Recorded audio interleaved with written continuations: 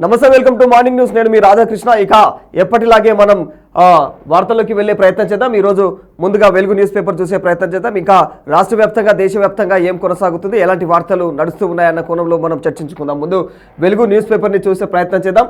అయితే గోల్కొండ కోటలోని శ్రీ జగదాంబిక అమ్మవారికి బోనాలు సమర్పించేందుకు భక్తులు వస్తూ ఉన్నారు. ఇక ఆషాఢ మాసం తొలి ఆదివారం కావడంతో భారీ సంఖ్యలో మొక్కులు తీర్చుకున్నారు. అదే తొలి ఆదివారం కాబట్టి ఇక ఫస్ట్ ఆదివారం రోజు ఎట్టుంటుందో మనందరికీ తెలిసిందే. బోనాల రోజు గోల్కొండ కోటలో జగదాంబిక అమ్మవారికి భక్తులందరూ కూడా అక్కడ తరలించి ఫస్ట్ ఆదివారం కాబట్టి వాళ్ళ కోరికలు మొక్కులు చెల్లించుకొని అక్కడ దండిగా గదిలొచ్చిరు అన్నట్టు. రైట్, ఇక వెలుగులో ప్రధానంగా మనకు వేసినటువంటి వార్తలు చూద్దాము. ప్రధానంగా ఇక్కడ వీళ్ళు నక్సలైట్లు సరెండర్ కావాలి, లేకపోతే ఇక 2026 మార్చి 31 నాటికి నక్సలిజాన్ని అంతం చేస్తాం. అమిత్ షా ఆపరేషన్ సింధూర్తో పాక్కు నిద్ర లేకుండా చేసినాం. ఈ కేసీఆర్ భారీ అవినీతిపైన కాంగ్రెస్ సర్కార్ చర్యలేవి. రాష్ట్రంలో ప్రభుత్వం మారినా కూడా ప్రజల తలరాతలు మారలేదు.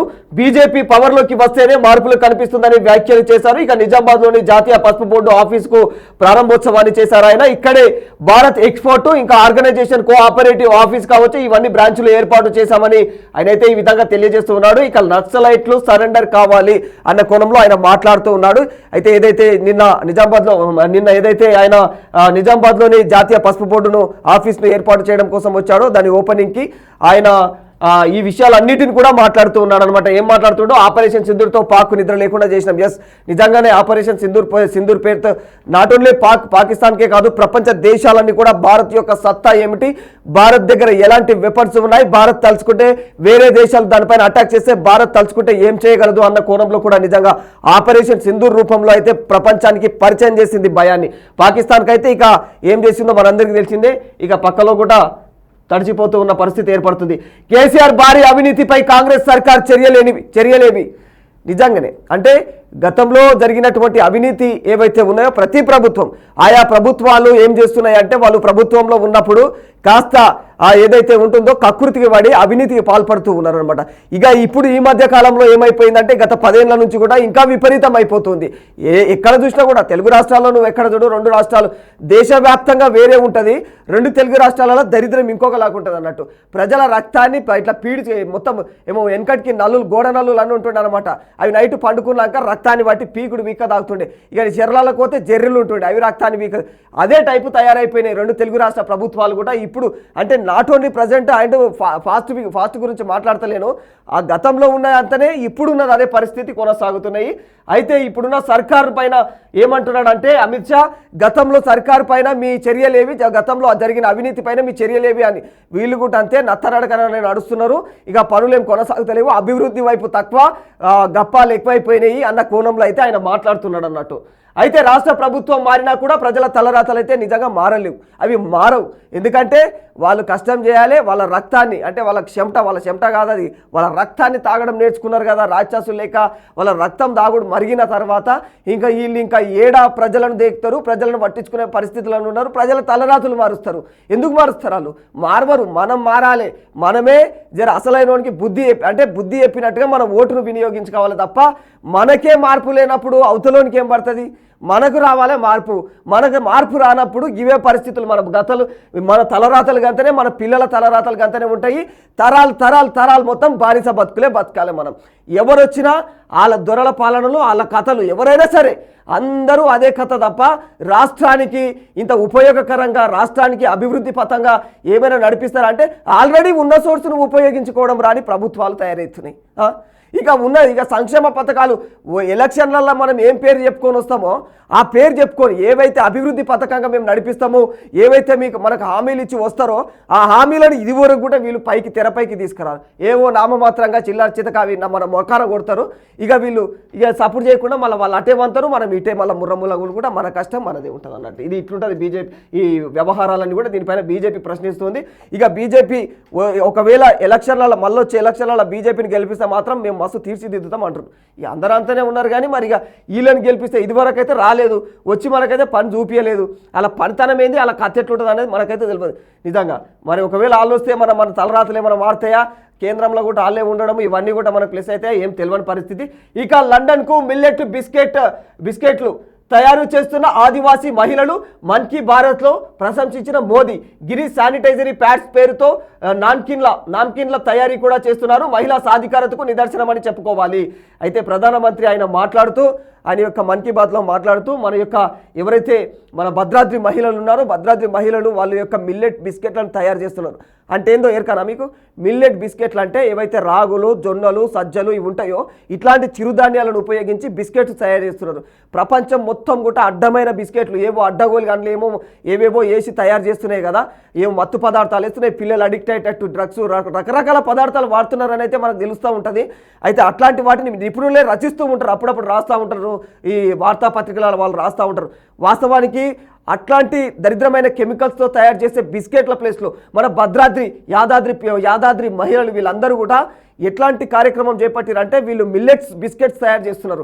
హ్యాట్సప్ అని చెప్పుకోవాలి. ఎందుకంటే ఎక్కడో ప్రపంచం గుర్తించని ప్లేస్లో ఉండి ఇప్పుడు ఇక్కడి నుంచి ప్రధానమంత్రి వాళ్ళను ప్రశంసించే స్థాయికి వాళ్ళు పోతున్నారంటే ఆ మహిళల సాధికారతకు వాళ్ళ యొక్క డ్రీమ్ ఏదైతే ఉందో, వాళ్ళ లక్ష్యం ఏదైతే ఉందో దాన్ని మెచ్చుకోవాల్సిన విషయం. ఎందుకంటే రాగులు, సజ్జలు, జొన్నలు ఇట్లాంటి వాటి చిరుధాన్యాలు వెనకటికి మనోళ్ళు ఏవైతే ఉపయోగించారో ఆహార పదార్థాలుగా వాటన్నిటిని కూడా ప్రపంచానికి పరిచయం చేస్తూ ఇదిరా భారత్ అని తెలిపేందుకు, ఇదిరా తెలుగోడు అని తెలిపేందుకు వాళ్ళ యొక్క విశ్వ ప్రయత్నం ఈ విధంగా ఉంది. నిజంగా ఈ కార్యక్రమాన్ని అందరూ హ్యాట్సప్ చేయాల్సిన విషయం అని చెప్పుకోవాలి. ఇక్కడ మన భద్రాద్రి యాదాద్రి మహిళలు వీళ్ళందరూ కూడా వాళ్ళ మహిళా సాధికారతకు సంబంధించి ఆయన కూడా నరేంద్ర మోడీ కూడా పొగడడం చాలా గర్వకారణం అనే చెప్పుకోవాలి. ఇక టూరిజం హబ్బులుగా జలాశయాలు సోమశిల, అమరద్వీపం అభివృద్ధికి 68 కోట్లు కేటాయింపు. సాగర్ బుద్ధవనంలో 16 కోట్లు, నిజాం సాగర్ వద్ద 10 కోట్లు, అభివృద్ధి పనులు, ధ్యాన యోగ కేంద్రాలు, వెల్నెస్ రిట్రీట్ వెల్నెస్ రిట్రీట్, కాటేజీలు, ఇంకా స్పా సెంటర్ల ఏర్పాటు, దేశ విదేశ పర్యాటకులను ఆకర్షించడమే లక్ష్యంగా ప్రజలు అక్కడ ప్రణాళికలు సిద్ధం చేస్తున్నామంటున్నారు. అయితే టూరిజం హబ్లుగా ఏర్పాటు చేయడమే జలాశయ కేంద్రాలు ఏవైతే ఉన్నాయో అక్కడ ఆ ప్రాంతాలన్నింటినీ కూడా టూరిజం హబ్లుగా వాళ్ళు తయారు చేయడమే లక్ష్యంగా కేంద్రం అయితే డిసైడ్ అయింది. ఎందుకంటే ఇదంతా కూడా దేశ విదేశీ పర్యాటకులందరినీ కూడా ఆకర్షించే విధంగా అక్కడ స్పా సెంటర్లు కావచ్చు, ధ్యాన యోగ కేంద్రాలన్నింటినీ ఏర్పాటు చేసి అక్కడ ఆకర్షించే విధంగా ఆ ప్రాంతాన్ని అంతా కూడా అక్కడ తీర్చిదిద్దే, అంటే ప్రకృతిని ఏమాత్రం కూడా డిస్టర్బ్ చేయకుండా అక్కడ అందరికీ ఆకర్షించే విధంగా, టూరిస్టులను ఆకర్షించే విధంగా ఇక్కడ ప్రాంతాలన్నింటినీ కూడా డెవలప్ చేయాలని వాళ్ళు డిసైడ్ అయ్యారు అనమాట. దానికోసం అని చెప్పేసి ఇక సాగర్ బుద్ధవనంలో దానికి 16 కోట్లు పెట్టడం జరుగుతున్నది. ఇక నిజాం సాగర్ వద్ద 10 కోట్లు ఇప్పటికే దానికి అభివృద్ధి పనుల కోసం అయితే కేటాయించడం జరిగింది అనమాట. ఇక మెడికోలకు స్టైఫండ్ 15% పెంపు ఈ ఏడాది జనవరి నుంచే వర్తింపు. 3 నెలలు బకాయిలు 135 కోట్లు కూడా రిలీజ్. ఇక ఏదైతే సౌత్ ఇండియాలోనే అత్యధికమైనటువంటి స్టైఫండ్ చెల్లించడం ఎవరంటున్నాడు ఈయన మంత్రి దామోదర నరసింహ తెలియజేస్తున్నాడు. ఇంకా సమ్మె నిర్ణయాన్ని కూడా విరమించుకుంటున్నాం జూనియర్ డాక్టర్లు కూడా వాళ్ళు తెలియజేస్తున్నారు. ఏదైతే మెడికల్ స్టూడెంట్లు ఉన్నారో వాళ్ళకు ఏదైతే స్టైఫండ్ ప్రభుత్వం 15% అయితే పెంచడం జరుగుతుంది. వాళ్ళు ఇప్పటికే అనేక రకాల పోరాటాలు చేస్తూ ఉన్నారు. వాళ్ళకు అన్యాయం జరుగుతుంది అన్న కోణంలో జూనియర్ డాక్టర్లు వాళ్ళంతా పోరాటం చేస్తున్నారు.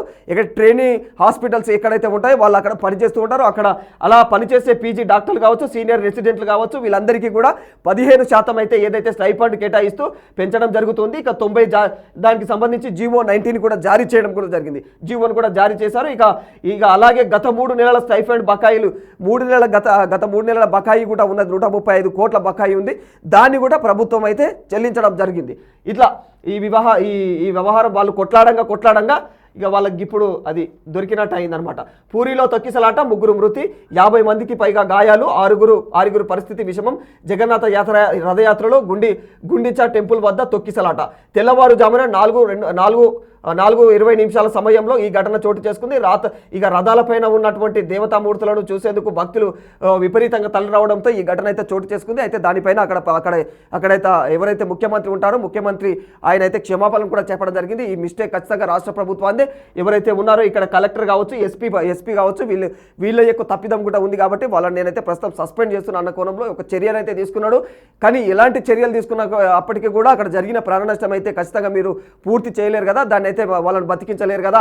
ఇలాంటి వ్యవహారాలు ముందుగా మనకు తెలుసు. దేశవ్యాప్తంగా కూడా పూరిలో జరిగే రథయాత్ర ఎంత గొప్పగా జరుగుతుందో మనందరికీ తెలిసిన విషయమే. ఇక్కడ అసలే ఈ మధ్యకాలంలో భక్తులు ఎవరైతే ఉంటారో, ఎవరైతే సనాతన అంటే ధర్మాన్ని పాటించే వాళ్ళైతే ఎవరైతే ఉంటారో వాళ్ళంతా కూడా విపరీతంగా దైవ దర్శనాలు అంటే చాలు ఎక్కడ పడితే అక్కడ పరుగులు తీయబట్టిరు. మొన్న కుంభమేళ వ్యవహారం అంతే జరిగింది.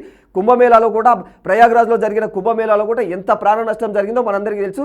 అధికారిక లెక్కలే కొన్ని ఉంటే అధికారికంగా తెలియని లెక్కలు విపరీతంగా ఉన్నాయి. అలా అంటే బయటకు పడకుండా కూడా కొందరిని కప్పిపెట్టి అంటే కొందరిని మనకు ప్రపంచానికి కనిపించకుండానే చేసి అన్న కోణంలో కూడా వార్తలు వెలువెత్తునుండే ప్రయాగ్రాజ్ వ్యవహారంలో, అక్కడ కుంభమేళ వ్యవహారంలో. అంటే నేను అనేది ఈ కార్యక్రమాలు తప్పు కాదు, ఈ కార్యక్రమాలు ఖచ్చితంగా కొనసాగాలి. ఇది ధర్మబద్ధంగా కొనసాగాలి. అక్కడ వాళ్ళందరికీ ప్రజలందరూ కూడా కోట్లలో పెరిగిపోయారు. దేశవ్యాప్తంగా కూడా ప్రజలనే వాళ్ళు కోట్లలో పెరిగిపోయారు కాబట్టి వాళ్ళందరికీ మరి కోట్లలో పెరిగిపోయినప్పుడు అక్కడ లక్షల్లో వస్తారు, లక్షల్లో వచ్చే వ్యవహారాలు ఉంటాయి. ఇలాంటి సిచ్యువేషన్లో మీరు ఇలా మీ నిర్లక్ష్య ధోరణి నిద్రపోయినట్టు ఎందుకుంటారు మీరు? ప్రభుత్వాలు, రాష్ట్ర ప్రభుత్వం కావచ్చు, కేంద్ర ప్రభుత్వం కావచ్చు, ఇది దేశవ్యాప్తంగా కూడా పట్టించుకునే వ్యవహారం ఇది. ఇక్కడ నిజంగా ఏదైతే పూరిలో జరిగిన రథయాత్ర ఉందో అక్కడ కేంద్రం కూడా చొరవ చూపించాలి. కేంద్రం కూడా ఖచ్చితమైన బాధ్యత ఉండాలి. ఎందుకంటే అక్కడ ఆ రథయాత్ర ఇప్పటి కథ కాదు, పూరిలో జరిగేది. గతంలో నుంచి దేశవ్యాప్తంగా కూడా కొనసాగుతున్నటువంటి అత్యుత్తమమైనటువంటి రథయాత్ర, దేశంలోనే అత్యుత్తమమైనటువంటి ఆ రేంజ్లో కొనసాగుతున్నటువంటి, అది ధర్మబద్ధంగా కొనసాగుతున్న, ధార్మికంగా కొనసాగుతున్నటువంటి రథయాత్ర అది. అక్కడికి చాలామంది హిందూ భక్తులు వస్తారు కదా, మరి అలాంటి వాళ్ళని దృష్టిలో పెట్టుకొని మీరు మరి చర్యలు తీసుకోవాలి కదా, ముందస్తు జాగ్రత్తలు ఎందుకు తీసుకోరు? నామమాత్రంగా పెట్టినమా అంటే పెట్టినమన్నట్టు పోలీస్ వ్యవస్థను అక్కడ కొంతమందిని వ్యవస్థను పెడతారు. ఉండాల్సిన వ్యవస్థలన్నీ అక్కడ సరిగ్గా పనిచేయవు. వాళ్ళ డిమాండ్లు అక్కడ ఎక్కువ ఉంటాయి. ఇక్కడ ప్రజలందరూ వచ్చి అక్కడ ఆగమయ్యి ప్రాణాలు కోల్పోయి మళ్ళీ ఇంట్లోకి పోవాలా, దేవుడా అని మొక్కుదామని వస్తారు అక్కడికి. ఇక అక్కడ పోయిన తర్వాత శవాలై పోతున్నారు. ఇంటికి పోయి విషాద గాథలు ఒక్కొక్కరివి చెప్పుకుంటే పరిస్థితులు గట్లున్నాయి. కేంద్ర రాష్ట్ర ప్రభుత్వాలకు ముందస్తు చర్యలు ఉండాలి ఈ వ్యవహారాలలో. ఇట్లా ముందస్తు చర్యలు లేకుండా ఎవడి ప్రాణమన్న పోని మనమైతే సేఫ్ ఉంటాం కదా, మనకు మాత్రం VIP దర్శనాలు ఉంటాయి కదా అన్న కోణంలో ఇక్కడ సాధారణ ప్రజలకు దిక్కు మొక్కు ఉండదు. అక్కడ మొక్కుదామని, దేవుని మొక్కుదామని పోతే నాట్లు వేసే బదులు నేరుగా వరి సాగు, వెదజల్లే పద్ధతిలోనే 15% పైగా సాగుతుందని అంచనా. ఇక తగ్గుతున్న పెట్టుబడి ఖర్చులు నీటి ఎద్దడిని తట్టుకోవడంపైనే పైరు. ఇక చీడపీడలు తగ్గుతాయంటున్నారు సైంటిస్టులు. అయితే ఈ కొత్త వ్యవహారం అనమాట. మనం ఇంతకుముందు అంతా కూడా వరి ఎట్లా చల్లుతుండే, ఒక తాన మొలక చల్లి ఇంకో తాన ఆ వరి మొలిచిన తర్వాత ఆ వరిని తీసుకొచ్చి ఏదైతే మనం కరిగేటి చేస్తామో నీళ్ళతోటి, ఆ కరిగేటి నీట్గా చేసినాక అందులో తీసుకొచ్చి వరి నాట్లు వేస్తుండే మనం. ఇప్పుడు పరిస్థితి ఏంటంటే డైరెక్ట్ చల్లితే ఈ విధంగా మనం ఏదైతే మొలకజాలని తయారు చేస్తామో ఆ రేంజ్లో తయారు చేసుకొని డైరెక్ట్ చల్లంగానే అది మొలకొచ్చి డైరెక్ట్గా మొలిచి మనకు పంట చేతికి వస్తుంది. ఈ విధానం వల్ల చాలా లాభం ఉంటుందని సైంటిస్టులు చెప్తున్నారు. చీడపీడలు తగ్గుతాయంట ఈ విధానం వల్ల. నీటి ఎద్దడి కూడా తట్టుకునే కెపాసిటీ ఏర్పడుతుంది. అంటే తక్కువ నీరున్న కూడా ఈ పంట పండించవచ్చు. ఇక దీనికి సంబంధించి వెదజల్లే పద్ధతిలో 15% పైగా సాగుతుందని. అంటే మనం మామూలుగా ఎప్పుడు నీళ్ళలో పండించే పంట కంటే ఇట్లనే ఎక్కువ శాతం పండుతుంది అన్న కోణంలో సైంటిస్టులు చెప్తున్నారు. ఆ వ్యవహారం మరి ఇంకెవరైతే ప్రయోగించారో కొన్ని ప్రాంతాలలో ఇప్పటికీ కొనసాగుతుంది. లైట్గా స్టార్ట్ చేసిరు, అయినా కూడా ఇక పరిస్థితి మాత్రం దానిపైన ఇంకా మనకు పూర్తి అవగాహన లేదు కాబట్టి మనోళ్ళు ఇంకా దాని మీద చర్యలు ఏ విధంగా కూడా మొగ్గు చూపడం లేదు. ఇక ఉక్రెయిన్పై 477 డ్రోన్లు 60 మిసైళ్లతో రష్యా దాడి. ఉక్రెయిన్ పైన రష్యా అతిపెద్ద దాడికి పాల్పడింది. ఇదే అతిపెద్ద దాడి అంటే 3 సంవత్సరాల కాలం పాటు కొనసాగుతున్న రష్యా ఉక్రెయిన్ యుద్ధం ఏదైతే ఉందో దాంట్లో అత్యంత విధ్వంసం ఇప్పుడే కొనసాగిందంటే ఇదే మొట్టమొదటి అటాక్ అని చెప్తున్నారు అనమాట. ఆ విధంగా కొనసాగడం ఒక్క రోజులోనే 477 డ్రోన్లు 60 మిసైళ్లతో 6 ప్రాంతాలపైన విరుచుకుపడింది రష్యా. ఉక్రెయిన్ మొత్తం నామరూపాలు లేకుండా చేద్దామనేది దీని టార్గెట్ అయిపోయినట్టు తెలుస్తున్నది. 3 ఏళ్ల క్రితం విరుచుకుపడింది. ఇక 3 ఏళ్ల క్రితం మొదలైనప్పటి నుంచి కూడా రష్యా ఇంత భారీ స్థాయిలో ఉక్రెయిన్ పైన దాడి చేయడం ఇదే మొదటిసారి. రైట్, ఇట్లా ఉంది పరిస్థితి. ఉత్తర భారతంలో కొండపోత వర్షం, విపరీతమైన వర్షం ఉత్తర భారతదేశంలో. నిజంగా ఇక్కడనేమో పంట పండించుకొని అంటే మన రైతన్నలందరూ ఎక్కడక్కడ మొత్తం వాళ్ళు దుక్కి కొట్టుకొని ఏడవాడ ఇత్తులు నాటుకొని పెట్టుకున్నారు. ఇప్పటికీ వర్షం లేదు. తెలుగు రాష్ట్రాలలో చక్కగా వర్షాలు ఉంటలేవు. ఇదిగో ఈడ మాత్రం ఉత్తర భారతదేశంలో విపరీతమైన వర్షాలు, ముందస్తు వానాకాలం రావడం వల్ల ఇక ఆ ముందస్తు వానాకాలం ఉత్తరాఖండ్, జార్ఖండ్, సిమ్లా, ఢిల్లీ, పంజాబ్లలో భారీ వానలకు కారణమైందనే చెప్పుకోవాలి. ఇక ఈ విధంగా ఉత్తరాఖండ్లోని ఉత్తరకాశీలో నిన్న జరిగిన విధ్వంసానికి కొండ చర్యలు విరిగిపడి దాదాపు 2 మరణించారు. ఇక 9 మంది గల్లంత అని చెప్పారు కానీ 2 మరణించారు. అందులో 7 మంది గల్లంత. ఇంకా కూడా ఆచికి తెలియాలి వాళ్ళ గురించి. 7 ఉన్నారు. ఏం కథ దిక్కు మొక్కు లేదు. ఆ విధంగా వర్షాల ప్రభావం అట్లున్నది అక్కడ. ఇక చైనా అడ్డంకులకు ఇండియా గట్టి జవాబిచ్చింది. భారత్కు ఎగుమతి చేసే రేర్ ఎర్త్ మ్యాగ్నెట్స్ ఏవైతే ఉంటాయో ఎరువుల సంబంధితమైనటువంటి ప్రొడక్ట్స్ పైన చైనా రిస్ట్రిక్షన్లు పెట్టింది. అయితే దీంతో ఆ దేశం నుంచి దిగుమతి చేసుకునే 6 కీలకమైనటువంటి కెమికల్స్ పైన ఇండియా కూడా యాంటీ డంపింగ్ సుంకాలు విధించింది. మంచి పైన అయిందా? కుదిరిందా? తిక్క కుదిరిందా? ఇట్లా చేయాలి. ఎవడైతే మన మీద హుకుం జలాయించాలి, ఇక మేము తోపులు తురుములు అని పక్క దేశ కొడుకులు ఎవడన్నా అంటే మాత్రం ఈ విధంగా హుకుం జలాయిస్తేనే, మనం ఈ విధంగా చర్యలు తీసుకుంటేనే ఇంకా దిగ చంప మీద కొట్టినట్టు మంచి కూడా చురక అట్లున్నప్పుడే ఈ కొడుకులందరూ వింటారు అనమాట.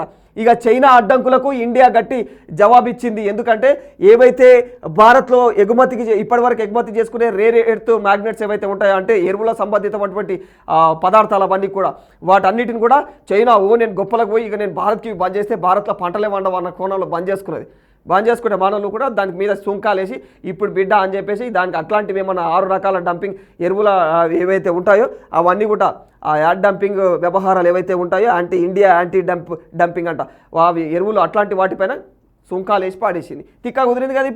ఇప్పుడు మంచిగా అయింది. న్యాయ విద్య వైపు ఇంజనీర్లు చూపు. లాసెట్లో క్వాలిఫై అయినలలో 4 వంతు బీటెక్ చేసిన వాళ్ళే ఉన్నారంట. ఇక ఎంబీబీఎస్, ఎంబీఏ, ఫార్మసీ పూర్తి చేసిన వాళ్ళు లా వైపు మొగ్గు చూపుతున్నారు.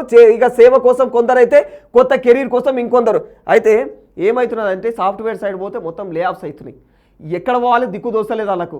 ఇక్కడ ప్రభుత్వాలు పట్టించుకో, గవర్నమెంట్ ప్రిపేర్ అవుదామంటే ఇక్కడ ఉద్యోగాలు ఉండదు, నోటిఫికేషన్లు రావు.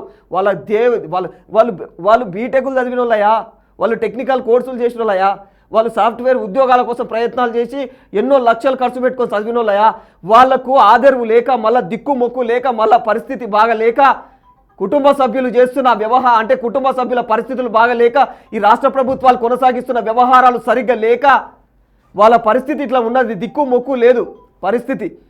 వాళ్ళను ఇప్పుడున్న సిచ్యువేషన్లో మరి లాస్ట్ సైడ్ పోతే అక్కడనన్నా ఏవో ఉన్నాయి కదా, ప్రైవేట్గానో ప్రభుత్వ పరంగా కొనసాగిన ఉద్యోగం, ప్రైవేట్ పరంగా కొనసాగినా కూడా వ్యవహారం అంటే ఇంతనైనా జీవితాలు మారితే ఏమన్నా అలా బాధ. సాఫ్ట్వేర్ ఉద్యోగాలు చేసిన వాళ్ళు, మొత్తం ఇంజనీరింగ్ కోర్సులు చేసిన వాళ్ళు మళ్ళీ వచ్చి లాస్ట్ చేస్తున్నారు. వాళ్ళు ఎవరు చేయాలదంతా BA BCom చదివిన వాళ్ళు చేయాల్సిన కోర్సులు. మళ్ళీ ఈ లా కోర్సులు ఎందుకు చేస్తున్నారు? దేశానికి సేవ చేయాలనుకున్న వాళ్ళకు అది గొప్ప విషయం. ఎందుకంటే వాళ్ళ దృక్పథం అలాగున్నది. కానీ పరిస్థితులు బాగాలేక మళ్ళీ లాస్ట్ ఎట్టుకొచ్చి మళ్ళీ జీవితాన్ని నిర్మాణం చేసుకునే వైపుగా అడుగులు వేయాలంటే ఎంత కష్టమవుతుంది? ఆల్రెడీ డిగ్రీలు PGలు అయిపోయినాక మళ్ళీ వచ్చి లాస్ట్ సెట్ చేయడానికి ఎంత వ్యయంతో కూడుకున్నది? వాళ్ళ జీవితాలతో ఎంత ఆడుకుంటున్నాయి ప్రభుత్వ నోటిఫికేషన్లు పడక అక్కడ కొనసాగుతున్న ఆ అడ్డమైన ఏవైతే సంస్థలు ఉన్నాయో, అడ్డగోలు సంస్థలు తెచ్చి పెడతారు, ప్రైవేట్ సంస్థలు, సాఫ్ట్వేర్ సంస్థలు అని. ఎవరి ప్రభుత్వం వాళ్ళ గొప్పలు చెప్పుకోనికే. వాళ్ళు 2 రోజుల ముచ్చట 3 రోజుల ముచ్చట, వాళ్ళ కంపెనీలు నడవవు, 4 ఏళ్ళు నడుస్తాయి. వీళ్ళు ఉన్నంతకాలం నడిస్తే ఎత్తేసిపోతారు. గసంటోళ్ళ కంపెనీలలో ఉద్యోగాలు వస్తే ఏమైతాయి? ఉన్న ఉద్యోగాలు ఉడతాయి. పరిస్థితులు బాగాలేక ముర్రం మొత్తుకుంటా మళ్ళీ నడి రోడ్డు మీద పడి పొట్ట చేతులు పట్టుకొని దేవుడే దిక్కు అన్నట్టు మళ్ళీ కొత్త ప్రయోగాలు చేస్తూ ఉంటారు విద్యార్థులు. వాళ్ళ ఉసురు తలిగి పోతారు, నిజంగా చెప్తున్నా. రైట్, ఇక నమస్తే తెలంగాణ చూసే ప్రయత్నం చేద్దాం. నమస్తే తెలంగాణలో వాబ్బు ఇది చూడు రయు, అక్షరాల 1,00,000 కోట్ల పంట. ఇప్పుడా కేసీఆర్ హయాంలో రాష్ట్రంలో సాగు బంగారం. అప్పుడా? అయితే 2023-24లో తెలంగాణ రైతులు పండించినటువంటి పంట విలువ 1.16 లక్షల కోట్ల రూపాయలు. 2014 నుంచి 15 మధ్య కాలంలో 45,000 కోట్లు మాత్రమే ఉండేది. అయితే కేవలం 10 ఏళ్లలోనే 70,000 కోట్లు పెరిగింది, దిగుమతి పెరిగిందని చెప్పేసి ఎవరైతే వీళ్ళు ఉన్నారు కదా వీళ్ళు గొప్పలు చెప్తున్నారు అనమాట. ధాన్యం ఉత్పత్తితో దేశంలోనే నంబర్ 1గా రాష్ట్రం తాజా నివేదికలో కేంద్ర అర్ధగణాంక శాఖలు ఏవైతే ఉంటాయో వెల్లడించింది. తెలంగాణ పసిడి పంటలకు నిలవుగా మారింది. రైతన్న పండించే పంటల విలువ అంతకంతకు పెరుగుతున్నది. ఇక అంటే ఏవైతే ఉన్నాయో మనము ఈ పంట సాగు చేసే విధానం ఏదైతే ఉందో అది కేసీఆర్ ప్రభుత్వం వచ్చేంత వరకు కూడా దిక్కుమొక్కు లేదు, ఎవరికి తెలియదు అన్నట్టు పంటలు పండించే విధానం. ఆ పంటలు పండించే విధానం అంతా ఎప్పుడు నేర్పించిండు? వీళ్ళంతా సైంటిస్టులను పెట్టి గ్రామాన తోలిచ్చి రైతులు ఎట్లా అగ్రికల్చర్ చేయాలి, ఎట్లా సాగు చేయాలి పంటలు అని నేర్పించారు వీళ్ళు. అప్పటి నుంచి పెరిగింది ఇది చెప్తున్నారు అనమాట. ఇక్కడ అప్పటి నుంచి పెరిగింది. అంతకుముందు అసలు పంటలు ఎక్కడివి? మనకు పంటలు వండేలే, తిండిలే, మొత్తం బయట నుంచి వచ్చినవే తిన్నాము, మట్టిపుక్కి బతికినాం. రప్ప రిజిస్ట్రేషన్లు, అక్రమ లేఅవుట్లకు అధికారిక ముద్ర. ఇక బిగ్ బ్రదర్స్ కనుసన్నుల్లోనే నిబంధనలకు తూట్లు. 20 ఎకరాల హస్తగతానికి భారీ స్కెచ్, రాజకీయ నేతలు అధికారులు కుమ్మక్కు. వివాదం కోర్టులో ఉన్నా కూడా పదే దానికి సంబంధించి నాలా మార్పిడీలు. ఇక ఏదైతే DSGPA రద్దయిందని రిజిస్ట్రేషన్ శాఖ తప్పుడు ఎంట్రీ, దానికి సంబంధించి TS, బీపాస్ తాత్కాలిక పర్మిషన్లతో అక్రమ రిజిస్ట్రేషన్లు. ఒకే రోజు 18 ప్లాట్ల రిజిస్ట్రేషన్లు చేసినటువంటి గండిపేట ఎస్ఆర్ఓ ఫిర్యాదులు వచ్చినా కూడా ఆగకుండా మరో 5 ప్లాట్లకు రిజిస్ట్రేషన్లు, 5 ప్లాట్లకు కూడా తుది భవన నిర్మాణ అనుమతులు జారీ చేసినటువంటి బండ్లగూడ జాగీర్ మున్సిపల్ కార్పొరేషన్ అధికారులు. ఇలా అయ్యే జాగీర్ కదా ఇదంతా, ఇలా అయ్యే జాగీర్లు, వీళ్ళ తాతలు చంపేసిన ఆస్తులు ఇవన్నీ. అందుకే ఇష్టం వచ్చినట్టు ఎట్లా పడితే అట్లా చేస్తారు అన్నట్టు, పర్మిషన్లు లేకుండా చేస్తారు, ఏమైనా చేస్తారు. ఇవన్నీ ఈ వ్యవహారాలన్నీ 200 ఎకరాల దాన్ని మొత్తం కూడా పర్మిషన్లు లేకుండా కూడా ఆడ లేఅవుట్లు, ఆడ ప్లాట్లు చేసుడు, రిజిస్ట్రేషన్లు చేసుడు. అవి ఎవరిని మొత్తం ఎవరిని నాశనం చేద్దామని, ఎవరిని కూడుపుదామని. ఇవన్నీ వ్యవహారాలు. కొన్నోడు కదా ఆగమవుతాడు. కొని మనలాంటి ఎవరికి తలగబెడతారు అవి మిడిల్ క్లాస్ వానికి ఆశ చూపి గిడ మంచిగా ఉంటుంది ప్లాటు, గడ కొంటే మీ బతుకులు మారుతాయి అన్నట్టు మన కుసి కోల్పి లేదో పచ్చగా ఆడేదో రకరకాల ప్రయోగాలు చేసి అమ్మేటోడు అమ్మకపోతాడు. ఇక రిజిస్ట్రేషన్లు చేసేవాడు రిజిస్ట్రేషన్ చేస్తాడు. ఆడ మళ్ళీ వచ్చి మళ్ళీ ప్రభుత్వమే వచ్చి మళ్ళీ కూల కొడతాడు. ఆడ మన కడితే ఇవన్నీ బాధలు ఇవన్నీ అనుకుంటున్నాం. మనకే ఇలా కాదు, వీళ్ళు ఇట్లనే చెప్తారు. వాళ్ళ నంగనా చేశాలి ఇవన్నీ రాజకీయ నాటకాలు ఇవన్నీ ఇట్లా. అంటే ఎప్పుడు ఇది మంచి వార్తనే అనుకో వీళ్ళు ప్రచురించడు. కానీ ఇక మెడికోల స్టైఫండ్లు ఇది ఇప్పటిదాకా మాట్లాడుకున్న మన మెడికల్ స్టూడెంట్స్ ఎవరైతే ఉన్నారో వాళ్ళందరికీ కూడా స్టైఫండ్ అందజేయడం జరిగింది. ఇక సాయి నిన్ను మరువమోయి రైట్ వనపర్తి జిల్లా ఏదైతే అమరచింత మండల కేంద్రంలో ఆదివారం తెలంగాణ ఉద్యమకారుడు కళాకారుడు అనేటువంటి దివంగత సాయి చంద్ కాంస్య విగ్రహాన్ని బీఆర్ఎస్ నేతలు ఆవిష్కరించారు. ఒక ఉద్యమకారుని కన్నా కనీసం మీ ప్రభుత్వంలో మీ ప్రభుత్వం లేనప్పుడు ఒక ఉద్యమకారుని కన్నా మీరు కొంచెం సపోర్ట్గా నిలబడ్డారు. అదొక మెచ్చుకోదగ్గ విషయం. మిమ్మల్ని సింధూర్ పైన ఆంక్షలతో నష్టం, ప్రభుత్వ పెద్దల కారణంగానే ఆపరేషన్లో కొన్ని యుద్ధ విమానాలు కోల్పోయాం, పాక్ సైనిక స్థావరాలు గగనతల రక్షణ వ్యవస్థలపైన దాడి వద్దని ఆంక్షలు పెట్టిర్రు. అయినా కూడా భారత నేవీ అధికార వ్యాఖ్యలతోనే దూరం, మోదీ సర్కారు పైన విపక్షాల మండిపాటు. ఎవడే మండిపడేది?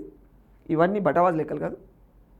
ఎవడు మండి పట్టు ఆపరేషన్ సింధూర్ చేపడితే దేశవ్యాప్తంగా కూడా సాధారణ ప్రజలు సాధారణ పౌరుడు నిజంగా దాన్ని హ్యాట్సప్ చేసిరు. ఎందుకు?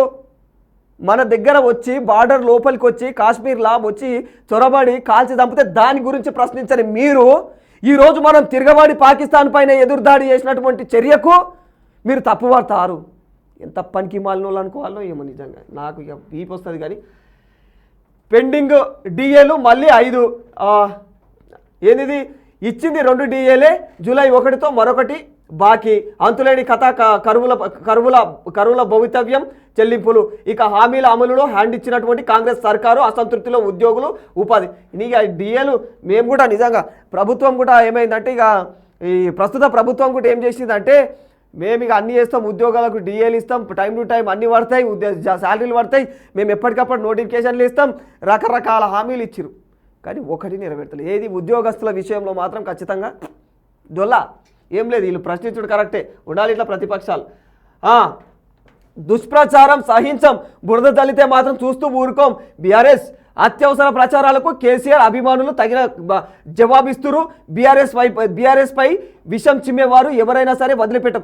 ఇవన్నీ జగదీష్ రెడ్డి సిరికొండ వీళ్ళందరూ ఏం మాట్లాడుతున్నారు అంటే, ఈయన పేరు ఏం పేరు అయ్యా, శ్రీనివాస్ గౌడు, ఇక ఆర్ఎస్ ప్రవీణ్ కుమార్, వీళ్ళందరూ ఏం మాట్లాడుతున్నారంటే, అయితే ఆడ జరిగిన అటాక్ మంచిదేనంట. వాస్తవానికి ఏదైతే అటాక్లు జరుగుతున్నాయి, ఏదైతే మ్యాన్ హ్యాండిలింగ్ విధానం ఉంటుందో అది తప్పు. అది మీరు చెప్పాలి. ఒక స్థాయిలో ఉండి మీరు అట్లాంటి విషయాలు ఈ రెచ్చగొడుతున్నారు. సాధారణ ఎవరైతే మిమ్మల్ని నమ్ముకున్న కార్యకర్తలను రెచ్చగొట్టి పోయి ప్రతి సంస్థ మీద పోయి దాడులు చేయమనడం, అవి కళ్ళకు కనిపిస్తలేవా వ్యవహారాలు? అవి మీడియా సంస్థలు కూడా సిగ్గు శరాలు ఉండాలి కదా మనకు కూడా. ఎందుకంటే ఏం రాయాలి? అక్షర జ్ఞానంతోటే కదా, అక్షరం మీదనే కదా మనం బతికేది. మన పొట్ట అక్షరం నాణ్యత లేకపోతే, నాణ్యమైన అక్షరం బయటికి విడుదల చేయకపోతే నీ బతుకుతూ నిజంగా మనను ఉంచుతున్నారు బయట. సాధారణ చూసినోడు తమ్నేలు చూసి ఉంచుతున్నాడు. ఏం తమ్నేలా కానీ పొట్ట తిప్పలకు గింతన దిగజారుడు. ఎవరి మీద వాడితే వారి మీద. ఆయన ఒక మాజీ మంత్రి అయిన కేటీఆర్. సరే, ఆయన వ్యవహారం ఎట్లున్నదో పర్సనల్ వ్యవహారం నువ్వైతే తొంగి చూడలేవు కదా. ఉండొచ్చు, ఏముంటాయో మనకు తెలియదు. కానీ నువ్వు తొంగి చూడలేవు కదా, నీకైతే తెలియదు కదా, క్లారిటీ లేదు కదా. మరి క్లారిటీ లేనప్పుడు నువ్వు నిందలెట్లేస్తావు? ఫోన్ ట్యాపింగ్ అను బాగుంది, మాట్లాడు. ఫోన్ ట్యాపింగ్ వ్యవహారం గురించి ఆ సిట్టు టీంలే బయటికి పెడుతున్నాయి, మాట్లాడు. దాని గురించి తప్పులేదు. దాని మీద పోయి అక్కడి నుంచి దిగజారి అక్రమ సంబంధాలు, అడ్డగోలు మాటలు ఏంటివి అవినివి? ఎవరయ్యా మీడియా సంస్థలు ఇవి? మొన్న దాని మీద జరిగిన దాడికి మరి అక్కడ ఇంతకుముందు కూడా గతంలో కూడా ఒకటి ఆంధ్ర పేపర్ ఒకటి ఉండేది కదా, దాని మీద కూడా మరి దాడి జరిగింది. దాని మీద అసలు హోస్ట్ మీద కేసులు పెట్టిరాలు ప్రభుత్వాలు. జస్ట్ ఆ హోస్ట్ అక్కడ గెస్ట్ని ఇచ్చిపెట్టి హోస్ట్ను పట్టిరు. అన్నదేమో హోస్ట్ను పట్టిరు. గాడనే వదిలిపెట్టలేదు. నువ్వు డైరెక్ట్ అటాక్ చేసి నువ్వు డైరెక్ట్ మాట్లాడితే ఎవడుకుంటారా? ఇవి వ్యవహారాలు మీడియా సంస్థలలో కూడా సిగ్గుచరం తెచ్చుకొని తగ్గాలి మనం కూడా. ఎందుకంటే మనము అక్షరం మీద పోతున్నాం. అక్షరమే మనకు ఆదెరువు, అక్షరమే మనకు పొట్ట, మనకు అక్షరమే అన్నం. మరి ఆ అన్నం పెట్టే అక్షరాన్ని ఎంత నాణ్యతగా బయటికి ఇవ్వాలి, ఎంత ధర్మబద్ధంగా ఉండాలి మనము. ఈ విషయాలన్నీ మర్చిపోయి నిజంగా చదువుకున్న అసలు కనీసము బర్లకాడు ఉండేటోడు నయం. ఎవరితో ఎట్లా మాట్లాడాలి వానికి పర్ఫెక్ట్ అవగాహన ఉంటుంది. మనం అంటే గతంలో మన రాష్ట్రానికి ఒక మంత్రిగా కొనసాగిన వ్యక్తిని పట్టుకొని ఆయన లోతుపాతులు మస్తుగుంటాయి ఉండొచ్చు, అవి పర్సనల్స్ అయి ఉంటాయి. ఆ పర్సనల్స్ ఆయనకే కర్మ రిటర్న్స్ అన్నట్టుగా అది చూపిస్తుంది. సరే, దాన్ని ప్రశ్నించాలి మనం. అది బయటపడ్డప్పుడు కదా, అది నిజంగా నీకు నీ దృష్టికి వచ్చినప్పుడు కదా. ఆధారాలు లేకుండా ఎట్లా మాట్లాడతాం మనం? ఆధారాలు లేకుండా మాట్లాడొద్దు కదా మనం, తప్పు కదా అది. అట్లా ఆధారాలు లేకుండా మాట్లాడితే ఇట్లా దిక్కుమాలిన పనులన్నీ కూడా మన మీద చేసి సర్వనాశనం చేస్తారు. మరిగా వీళ్ళు కూడా రౌడీ షీటాలో లేక తయారవుతారు. ఈ రాజకీయ నాయకులు కూడా అంతే. ఎవరైతే ఇట్లాంటి చర్యలకు పడ్డారో, బిడ్డ అది కాదురా నాయన, ఇట్లాంటి చర్యలకు పోవద్దు, మనం జాగ్రత్తగా ఉండాలి, మనం చట్టబద్ధంగా చట్టాలను నడిపించాల్సిన వాళ్ళు, ప్రభుత్వాలు ఏర్పడి చట్టాలు వీళ్ళ కింద ఉండి ప్రభుత్వం నడవాల్సిన వ్యవస్థలు వీళ్ళంతా పెద్ద మంత్రులు వీళ్ళు రెచ్చగొడుతున్నారు. వీళ్ళ కథ రౌడీలు తయారవుతున్నారు రాష్ట్ర వ్యాప్తంగా. ఎవరిని ఉద్ధరిద్దామని మీరు రాజకీయంలోకి వచ్చారు? ప్రజల కోసమే వచ్చినారు కదా. ప్రజలకు మీరు ఏం మెసేజ్ ఇస్తున్నట్టు? మీ భాష, మీ ప్రవర్తన ఏం చేస్తున్నది? రెచ్చగొడుతున్నారు మీరు. మేము చూసుకోరు మీరు జవాబు ఇయ్యరు. ఎట్లా ఇవ్వాలి? న్యాయపరంగా ఇవ్వండి, చట్టపరంగా ఇవ్వండి. ఇవా మీరు ఇచ్చే జవాబులు రౌడీ యూజాలా? ఇద్దరిది తప్పే వాస్తవానికి. ప్రజలే ఎగేసి తనాలి వీళ్ళందరికీ కూడా, ఎవరిని వదిలిపెట్టకుండా. ఢిల్లీకి ఏటీఎంలా తెలంగాణ, కాంగ్రెస్ది అవినీతి పాలన, అమిత్ షా. ఇక ఆయుధాలు వీడి వస్తేనే మావోయిస్టులతో చర్చలు, ఆపరేషన్ కగార్ పైన వెనక్కి పోం. కేంద్ర మంత్రి అమిత్ షా అంటున్నాడు అనమాట. నిజామాబాద్ పసుపు బోర్డులో ఏదైతే ఆయన నక్సలైట్ల పైన ఆయన ఉక్కుపాదం మోపుతాము, ఖచ్చితంగా వాళ్ళు గన్నులు పట్టి, అంటే ఏవైతే వెపన్స్ ఉంటాయో అవి వదిలేస్తే తప్ప మేము వాళ్ళతో చర్చకు రాము, అవి పట్టుకొని చర్చకు వస్తే అంటే మేము ఊరుకోము అన్న కోణంలో ఆయన మాట్లాడుతున్నాడు. ఆ వ్యవహారం అంతా కూడా 2026 నాటికల్లా నక్సలిజం పూర్తిగా కూడా క్లోజ్ అవ్వాలి అన్న కోణంలో ఆయన మాట్లాడుతున్నాడు. దీనికి సంబంధించి కాంగ్రెస్, ఇక్కడ రాష్ట్ర ప్రభుత్వాలు కూడా అవినీతి పాలనకు ఎగబడుతూ ఉన్నాయి. గతంలో అవినీతి జరిగింది, ప్రస్తుతం అవినీతి జరుగుతుంది, మేము ఊరుకోము. ఖచ్చితంగా ఎప్పుడో ఒకప్పుడు తెలంగాణలో పార్టీని మేము ఖచ్చితంగా స్థాపిస్తాం. పార్టీ ఏర్పడినప్పుడు అంటే అక్కడ మాత్రం ఖచ్చితంగా ఇక్కడ ఏదైతే ప్రభుత్వం ఏర్పాటవుతుందో బీజేపీ తరఫున, అప్పుడు మేమేందో మా ఎదుగుదల ఏందో ఎట్లా డెవలప్ చేస్తామో మేము చూపిస్తామని అంటున్నాడు. దేశవ్యాప్తంగా చూపించారు రాదురి కదా, ఏమంటాం? ఇది నమస్తే తెలంగాణ వ్యవహారం. ఇక ఈనాడు వ్యవహారంలోకి వస్తే ఇక ఇవన్నీ నమస్తే తెలంగాణ, వెలుగు మనకు తెలంగాణ వార్తలు బాగానే కవర్ చేసి, ఇక మనం ఇలా ఈనాడులో తెలంగాణ వార్తలు కవర్ చేయాల్సిన అవసరం లేదు. ఇక ఆల్మోస్ట్ అవే ఉంటాయి కాబట్టి ఇక మనం ఆంధ్ర వార్తలను ఒకసారి కవర్ చేద్దాం. ఈనాడులో ఫస్ట్ ఆషామాషిగా తీసుకోవద్దు, ఏదైనా నేలపాటు పార్టీ యంత్రాంగం అంతా ఇంటింటికి వెళ్ళాలి. కూటమి ప్రభుత్వ విజయాలను ప్రజలకు చెప్పాలి. తానా ఆట అంటూ విదేశాలకు వెళ్తే మాత్రం ఖచ్చితంగా ప్రజలు టాటా చెప్తారు. ఎమ్మెల్యేలతో ముఖాముఖి ప్రారంభించారు. చెప్పేది వింటా, సూచనలు చేస్తా. ఎంపీలు, ఎమ్మెల్యేలు పార్టీ పరిశీలనలకు సమావేశంలో తెదేపా అధినేత చంద్రబాబు మాట్లాడు. కరెక్టే కదా. మనం ఎందుకు వచ్చినాం? ప్రజలకు ఏం హామీలు ఇచ్చినాం? హామీలు ఇచ్చిన తర్వాత తైతక్కలు వేసుకుంటా నేను విదేశాలకు పోతా అంటే మాత్రం జనాలు కూడా తాతా తెస్తారు. టాటా చెప్పి తాతా బాయ్ బాయ్ అంటారు. అట్లుంటుంది కాబట్టి అందుకోసమే ముందస్తు జాగ్రత్త ఆయన ఎందుకు ముందు పడుతున్నా అంటే కేకే సర్వే లాస్ట్ ఎలక్షన్లప్పుడు గత ఎలక్షన్లప్పుడు ఆయన గురించి మాట్లాడి 150 సీట్ల పైన కొల్లగొడుతుంది టీడీపీ. ఇక జనసేన కూడా మంచి టక్కాఫర్ ఇస్తుంది, ఖచ్చితంగా గెలుపు వీళ్ళదే ఉమ్మడిదే అని కేకే సర్వే క్లారిటీ ఇచ్చింది. ఆ సర్వే ప్రకారం ఇప్పుడు మళ్ళీ ఆయన అదే సర్వే ఏం చెప్తున్నదంటే 70 ఇప్పటికిప్పుడు ఎలక్షన్లు జరిగితే ఓడిపోయే అవకాశం ఉందని చెప్తున్నది. ఎందుకంటే కనీసం 75 మార్కులు 100 మార్కులకు 35 మార్కులు కూడా రావన్న కోణంలో ఆయన తెలియజేస్తున్నాడు. ఇక క్లారిటీ ఇవ్వలేడు. ఇక్కడ గింత అని కోస్తా ప్రాంతంలో ఎమ్మెల్యేలు ఎవరైతే ఉంటారో పూర్తిగా వాళ్ళైతే దాదాపు 30-40 మంది ఎమ్మెల్యేలు అంట సరిగ్గా పనిచేస్తలేరు. ఆ కోణంలో వాళ్ళు మొత్తం విదేశాలకు తిరుగుడు, లేకపోతే వచ్చి ప్రజల దగ్గర కనీసం కంట కూడా కనిపిస్తలేదంట గెలిచినప్పటి నుంచి. ఇది పరిస్థితి. దాన్ని గమనించి ఆయన ముందు జాగ్రత్త తీసుకుంటున్నాడు. జర బిడ్డ రెడీగుండ్రి, లేకపోతే మన మీద నోడతారు ప్రజలు కూడా. ప్రజలు సామాన్యులు కాదు, వాళ్ళకి అన్నీ తెలుసు. నువ్వు 4 ఏళ్ళు ఉత్తగా జోగు తిరిగి మళ్ళా ఒక ఏడాది పోయి మేము పనులు చేసి ఏదో మీద చూపిస్తే వాళ్ళు కన్విన్స్ అయ్యేటోళ్ళు కాదు. జనాలు చాలా తెలివైన వాళ్ళు ఓటుని ఎట్లా వినియోగించాలో అట్లా వినియోగించాలి. దానికి తగ్గట్టు కుక్క కాటుకు చెప్పుదేబ్బ అన్నట్టు కూడా వాళ్ళు చూపిస్తారన్న కోణంలో చెప్తున్నాడు ఆయన. వాళ్ళ మంత్రులకే వాళ్ళ ఎమ్మెల్యేలకే. ఉత్తరాదిన ముంచెత్తిన వానలు, ఉత్తరాఖండ్లో 2 మృతి, 24 గంటల పాటు చార్ధామ్ యాత్ర నిలిపివేత. ఉత్తరాఖండ్ వ్యవస్థ వ్యవహారం మనం మాట్లాడుకున్నాం కదా ఇప్పటిదాకా, నిజంగా అస్తవ్యస్తం అయిపోయింది అక్కడ వానల వల్ల. అక్కడ 24 గంటల పాటు చార్ధామ్ యాత్ర కూడా నిలిపివేయడం జరిగింది. యోగా కేంద్రం యోగా దినోత్సవం ఎందుకు స్ఫూర్తినిస్తుంది? విశాఖపట్నం యోగా కార్యక్రమాన్ని మన్ కీ బాత్లో గుర్తు చేస్తున్న మోదీ. ఆయన పదే పదే గుర్తు చేస్తున్నాడు, ఎందుకంటే ఇక్కడ తెలుగు రాష్ట్రాలలో కూడా ఆయన కావాలి కదా గ్రిప్పు. ఇదివరకు ఇక్కడ బీజేపీ లేదు కాబట్టి, బీజేపీ ఉంది నామమాత్రంగానే ఉంది. ఇక్కడ రాష్ట్ర వ్యాప్తంగా కూడా నిండుగా 70% ఏనాడు కూడా రాని పరిస్థితి కాబట్టి ఖచ్చితంగా తెలుగు రాష్ట్రాలలో రావాలంటే ఇట్లా పొగడాలి కాబట్టి ఆయన తెలుగు రాష్ట్రాలను పొగడతలతోటే మనకేం నిధులు ఇచ్చేది లేదు, ఏం పనులు చేసేది లేదు.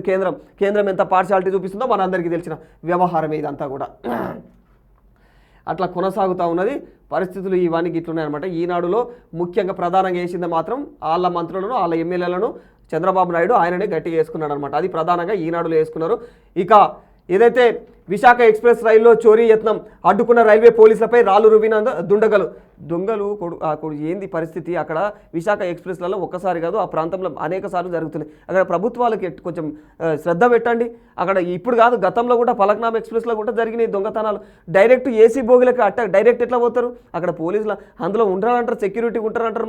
మరి అట్లాంటప్పుడు మరి ఎట్లా పోతారు? ఇవన్నీ చూసుకోండి. అందులో చోరీలు జరగకుండా ప్రభుత్వాలు ఏం చేస్తున్నాయి? కేంద్ర ప్రభుత్వాలు కావచ్చు, రాష్ట్ర ప్రభుత్వాలు, ముఖ్యంగా కేంద్ర ప్రభుత్వం కదా పట్టించుకోవాల్సింది రైల్వే శాఖ వ్యవస్థను మొత్తం. అక్కడ చోరీలు ఇంతకాలం జరుగుతున్నాయి. నిన్న త్రుటిలో తప్పింది మొత్తం. అంటే దొంగలు ఉరికొచ్చారు, పోలీసులు వెంటనే గాళ్ళ కాల్పులు జరిపితే వాళ్ళు అక్కడ నుంచి పరుగులు పెట్టిరు. దొరకకుండా మళ్ళీ పోలీసుల మీద రాళ్ళు వేసిపోతున్నారు వాళ్ళు. ఇక బయట రాష్ట్రాల్లోని ఫోన్లు ట్యాప్ చేయవచ్చు, ముసాయిదా విడుదల చేసిన కేంద్రం. అభిప్రాయాలు తెలపడానికి నెల గడువంట. ఏది బయట రాష్ట్రాల్లోని ఫోన్లు ట్యాప్ చేయవచ్చు అంట. మరి ముసాయిదా విడుదల చేసిన కేంద్రం అంట. దీనికి ముసాయిదా ఈ కేంద్రం ఏం చేసింది కథ? బాలయ్య బాబు చూడు, ఆషాఢ మాసం వచ్చిందంటే ఇక మొత్తం అడ్వర్టైజ్మెంట్లో చెప్తాడు. జగన్నాథుని సన్నిధిలో తొక్కిసలాట, 3 మృతి. ఇది ఇప్పటివరకు మాట్లాడుకున్నాం మనము వెలుగులో. అయితే ఒడిశా సీఎం మాజీ కూడా దిగ్భ్రాంతి వ్యక్తం చేసి భక్తులకు సారీ చెప్పిండు, క్షమాపణలు చెప్పిండు. ఇక మావోయిస్టులతో ఇదంతా కూడా మనం ఇదివరకే అయిపోయింది కాబట్టి ఇకేంది, ఇది 8 గంటల ముందుగా రిజర్వేషన్ చార్టులు దశల వారీగా అమల్లోకి. డిసెంబర్ నుంచి నిమిషానికి 1.5 లక్షల టికెట్లు. వ్యవస్థలో మార్పులు చేస్తున్న రైల్వే శాఖ కొత్త విధానాన్ని తీసుకొస్తుంది. అంటే 8 గంటల ముందే అందులో దాని దశల వారీగా అందులో అయితే డిసెంబర్ నుంచి నిమిషానికి 1.5 లక్షల టికెట్లు వ్యవస్థలో మార్పులు చేస్తూ ఉంది. అయితే ఇందులో భాగంగా రైలు ప్రయాణాల్లో అనిశ్చితి తొలగించడానికి కేంద్ర ప్రభుత్వం కీలక నిర్ణయం తీసుకుంది. రైలు బయలుదేరడానికి 4 గంటల ముందు తయారు చేసే రిజర్వేషన్ ఏదైతే ఉంటుందో రిజర్వేషన్ చార్టు అది 8 గంటలకు పొడిగిస్తూ, అంటే 8 గంటల ముందుగానే చేస్తూ, ఆ చార్టును 8 గంటల ముందుగానే చేయడం వల్ల ఏమైతే ప్రయాణికులు ఎవరెవరు ఎక్కడికి పోవాలి, సరైన సమయంలో అక్కడికి రీచ్ కావడం, వాళ్ళకు ఎలాంటి అంటే అవకతవకలు కాకుండా అక్కడ ప్రయాణంలో అలాంటి ఏవైతే అడ్డంకులు జరుగుతూ ఉంటాయో అట్లాంటివి జరగకుండా ప్రభుత్వం ఇట్లాంటి చర్యలను తీసుకుంటుంది అనమాట రైల్వే డిపార్ట్మెంట్ వాళ్ళు. ఇది ఇక మనం సాక్షికి వెళ్దాం. సాక్షి ఈనాడులో ఎట్లేసిండో ఆంధ్ర పేపరు, అది మన ఆంధ్ర వార్తలు ఒక ఆడికి నయం అనుకుందాం. ఎందుకంటే ఇక్కడ యోగా దినోత్సవం వేసిన సరే అది ఇచ్చిపెట్టు, ఉత్తరాదిన ముంచెత్తున్న వానలు, విశాఖ ఎక్స్ప్రెస్, ఇవన్నీ సంఘటనలు ఏవైతే జరిగినాయో అవి కనీసం వాళ్ళ వార్త పెద్దగా వేసుకొని మిగిలినవన్నీ వేసారు కదా. ఇక్కడ చూద్దాం, సాక్షిలో చూద్దాం. ఇక్కడ చూడ ఎట్లేసారు.